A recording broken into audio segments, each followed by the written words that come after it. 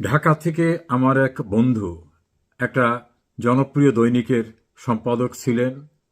তাকে ইউনুস জামানায় তাড়িয়ে দিয়ে সেখানে একজন জামাতপন্থী নেতাকে বসানো হয়েছে।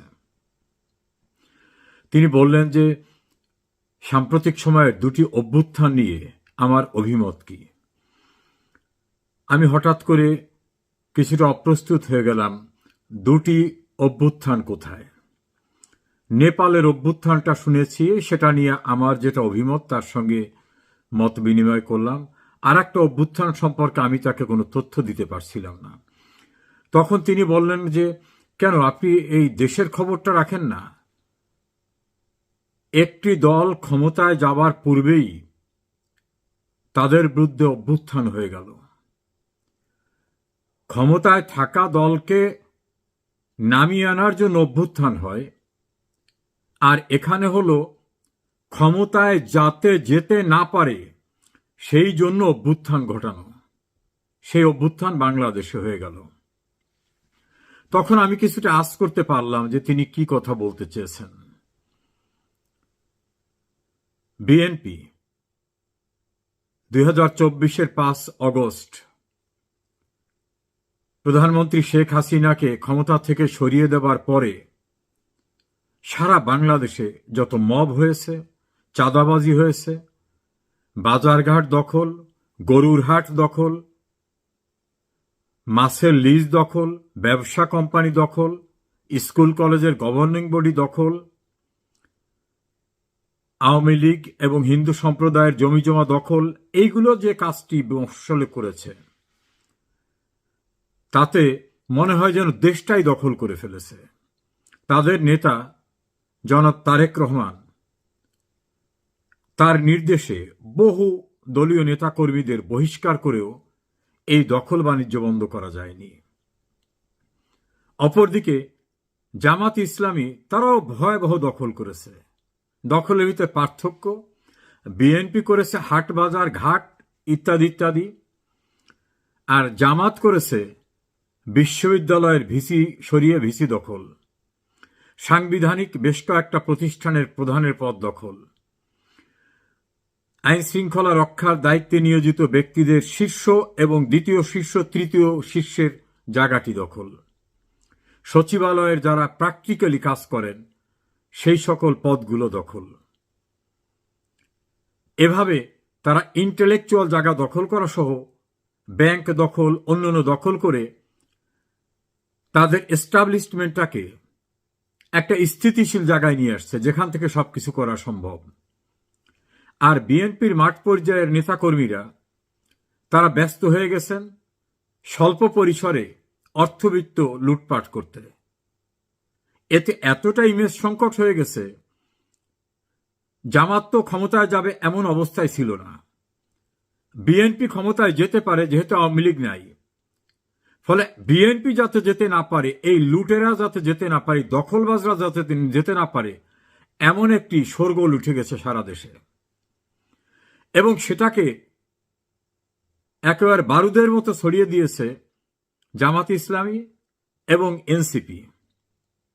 তারা বলেছেন এক স্বৈরাচারকে উচ্ছেদ করে আর এক স্বৈরাচারকে বসাবার জন্য না। স্লোগান দিয়ে বলছেন চাঁদা আদায় হয় পল্টনে, চলে যায় লন্ডনে। এভাবে সারা দেশে বিএনপিকে চাঁদাবাজ দখলবাজ হিসাবে মোটামুটি পরিচিত করে দিয়েছে। আর বাস্তবেও চাঁদাবাজি দখলবাজি প্রচুর হয়েছে, এটা অস্বীকার করার কোনো কারণ নাই। ফলে কেন্দ্র থেকে যতই চাপিয়ে রাখার চেষ্টা করা হোক, বাস্তবতা হচ্ছে চাঁদাবাজি দখলবাজি সন্ত্রাস মামলা বাণিজ্য এমন পর্যায়ে গেছে যে বাংলাদেশের ইতিহাসে এই ভয়ঙ্কর অবস্থা কখনো হয়নি। ফলে ক্ষমতায় যাওয়ার আগেই ক্ষমতায় যেতে পারবে না এই অভ্যুত্থান হয়ে গেল বিএনপির বিরুদ্ধে। তার চূড়ান্ত আকার ধারণ করল ডাকসু এবং জাকসু নির্বাচনে।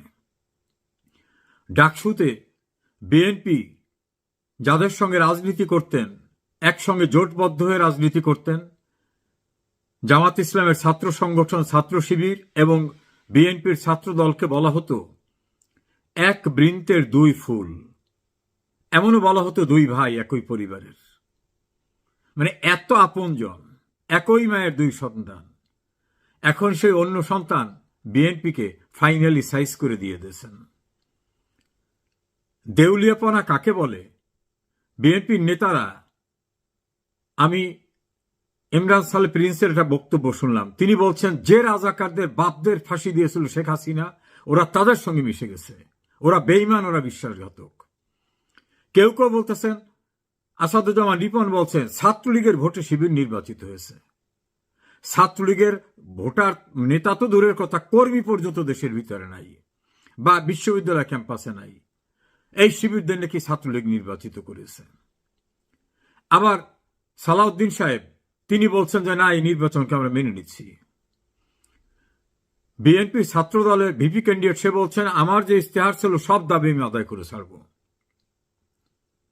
ভয়ঙ্কর পরিস্থিতির ভিতরে অভ্যুত্থান হয়ে গেল, ক্ষমতায় যাবে শুধু চেয়ারটায় বসতে বাকি, এমন একটি দলকে ক্ষমতায় যেতে পারবে না এমন একটি অভ্যুত্থানের ঘটনা ঘটিয়ে দিল দেশের মানুষ, এবং গুরুত্বপূর্ণ ভূমিকা পালন করল তাদের দীর্ঘদিনের রাখি বন্ধন হরিহর আত্মা যাদের সঙ্গে, সেই জামাত এবং জামাতের ছাত্র সংগঠন।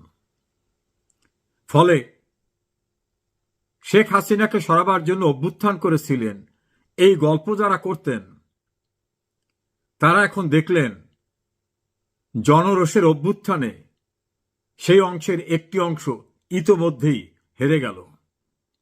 দ্বিতীয়টা, অভ্যুত্থানের মালিকানা দাবি করা যারা, NCP, kings party, doctor Mohammad ইউনূসের পার্টি, তাদের খোঁজ খবর পাওয়া যাচ্ছে না। আপনারা জানেন কেউ কোথায় আছে?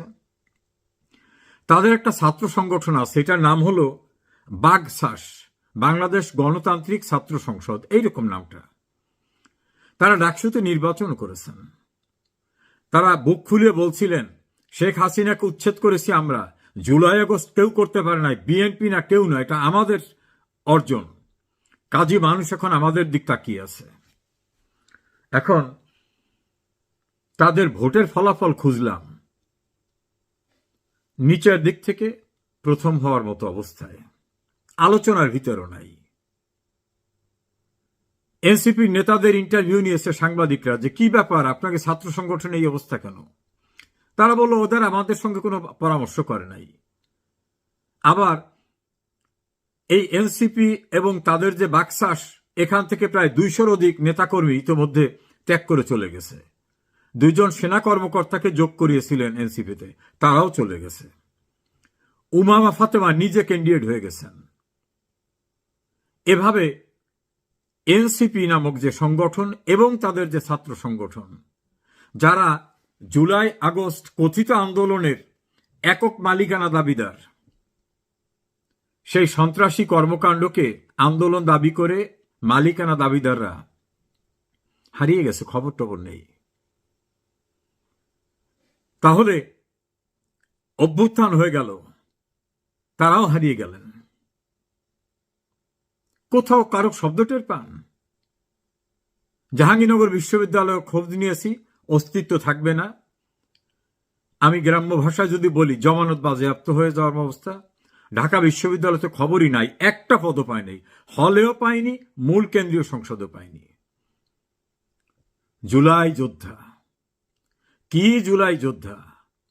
দুর্নীতি, স্বজনপ্রীতি, মব সন্ত্রাস করে সারা দেশে আইন শৃঙ্খলা পরিস্থিতি ধ্বংস করে দিয়ে রাস্তাঘাটে মানুষ পিটিয়ে মেরে এমন পরিস্থিতির সৃষ্টি করেছে যে মানুষ তাদেরও প্রত্যাখ্যান করছে।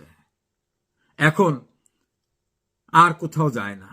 গোপালগঞ্জে সেনাবাহিনী, র্যাব, বিজিবি, পুলিশ এবং ঢাকায় বসে স্বরাষ্ট্র মন্ত্রণালয়ের মনিটরিং সেন্টারে বসে একেবারে দূরবীন দিয়ে পরিস্থিতি দেখে নির্দেশনা দিয়ে নির্মমভাবে মানুষ খুন করেও সেখান থেকে তাদের ফিরিয়ে আনা যাচ্ছিল না। আর একটা জায়গায় তারা গেছেন, সেখানে কুকুর বাহিনী, যেটা ডগ স্কোয়াড, সোয়াত বাহিনীও নেওয়া হয়েছিল, তারপরে রক্ষা হয়নি। এখন যদি পুলিশ, আর্মি, র্যাব, বিজিবি না থাকে, তাহলে বাংলাদেশের কোথাও তারা যাওয়ার মতো অবস্থা নেই, কারণ জনরোষ এমন জায়গায়। তাদের নেতা লন্ডনে গিয়েছিলেন, হোটেল থেকে নামতে পারেন নাই প্রবাসী বাঙালিদের জনরোষে। তাদের আর এক নেতা আর এক দেশে গিয়েছিলেন, সেখানে এমন অবস্থা হয়েছে যে গভীর রাতে পুলিশ এনে তাকে উদ্ধার করে হোটেল নিতে হয়েছে। তাদের আর এক উপদেষ্টা, তিনি গিয়েছিলেন আর এক দেশে, দৌড়ে এয়ারপোর্টে ঢুকতে হয়েছে। পৃথিবীর কোনো দেশ আর নিরাপদ নাই, বাংলাদেশ তো বটেই। তাহলে আমাদের উপসংহার কি? লন্ডন থেকে গিয়ে ক্ষমতায় প্রধানমন্ত্রী চেয়ারে বসবেন জনাব তারেক রহমান।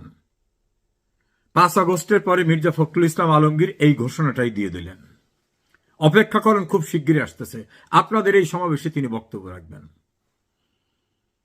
খবর নাই, 1 বছরের বেশি হয়ে গেছে তিনি যাননি।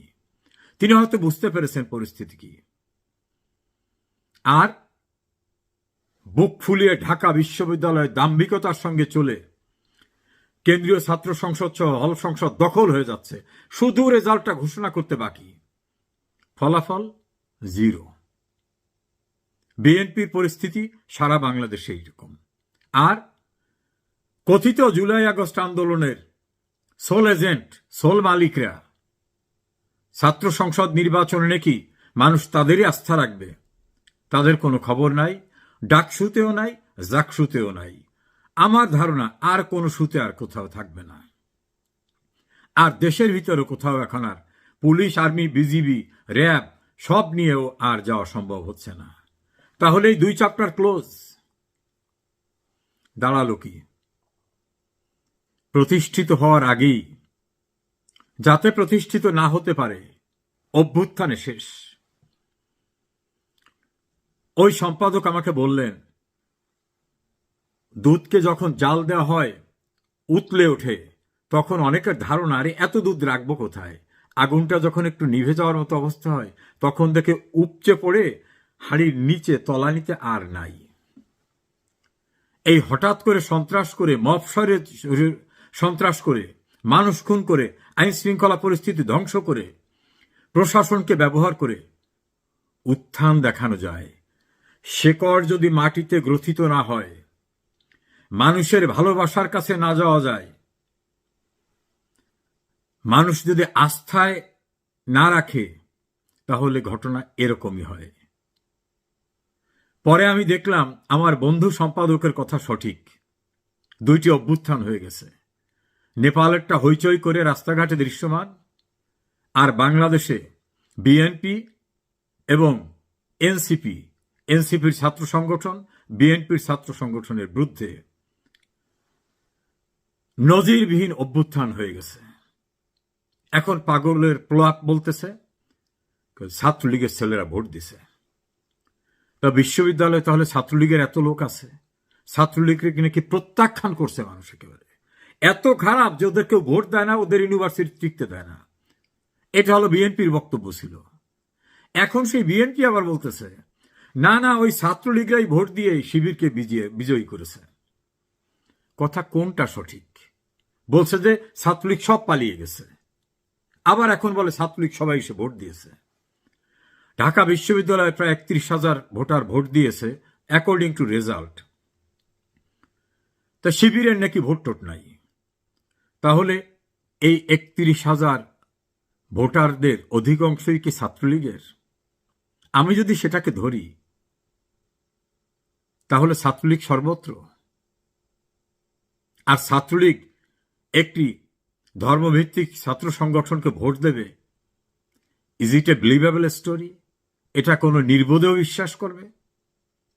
আবার বিএনপি বলছে চোরাচালানি করে, কৌশলগত জালিয়াতি করে এটা করছে। তারা বলছে যে ভোট চোরাচালানি হয়েছে, জালিয়াতি হয়েছে, রিগিং হয়েছে। আবার বিএনপির এক নেতা বলছে এটা কিন্তু একটা বড় মেসেজ, এটা ভালো হয়েছে, কারণ আমরা এই রেজাল্ট থেকে সতর্ক হয়ে গেলাম, সারা দেশে আমাদের প্রস্তুতি নিতে হবে। সারা দেশের জন্য এই ঘটনা নাকি তাদের জন্য মঙ্গলজনক হয়েছে। কোথায় মঙ্গল, কোথায় অমঙ্গল, এত দ্রুত সিদ্ধান্ত নেওয়া যায়? রাজনীতির দূরদৃষ্টি না থাকলে, পরিপক্কতা না থাকলে যা ভাবেন তাই হয়। রাস্তাঘাট এখন লোকজনে বলতেছে। একজনের আজকে একটা ইন্টারভিউ দেখলাম একটা পত্রিকায়, এবং তার ভিডিওটাও দেখলাম। তিনি বলছে, আমি বিএনপি করতাম, আমি এখন আওয়ামী লীগ করি। কারণ যেভাবে সন্ত্রাস করেছে বিএনপি, যে ঘটনা ঘটিয়েছে, আর তাদের সঙ্গে নাই। অন্তত 5 জন রাস্তার লোকের ইন্টারভিউ দেখলাম ওই পত্রিকার অনলাইনে।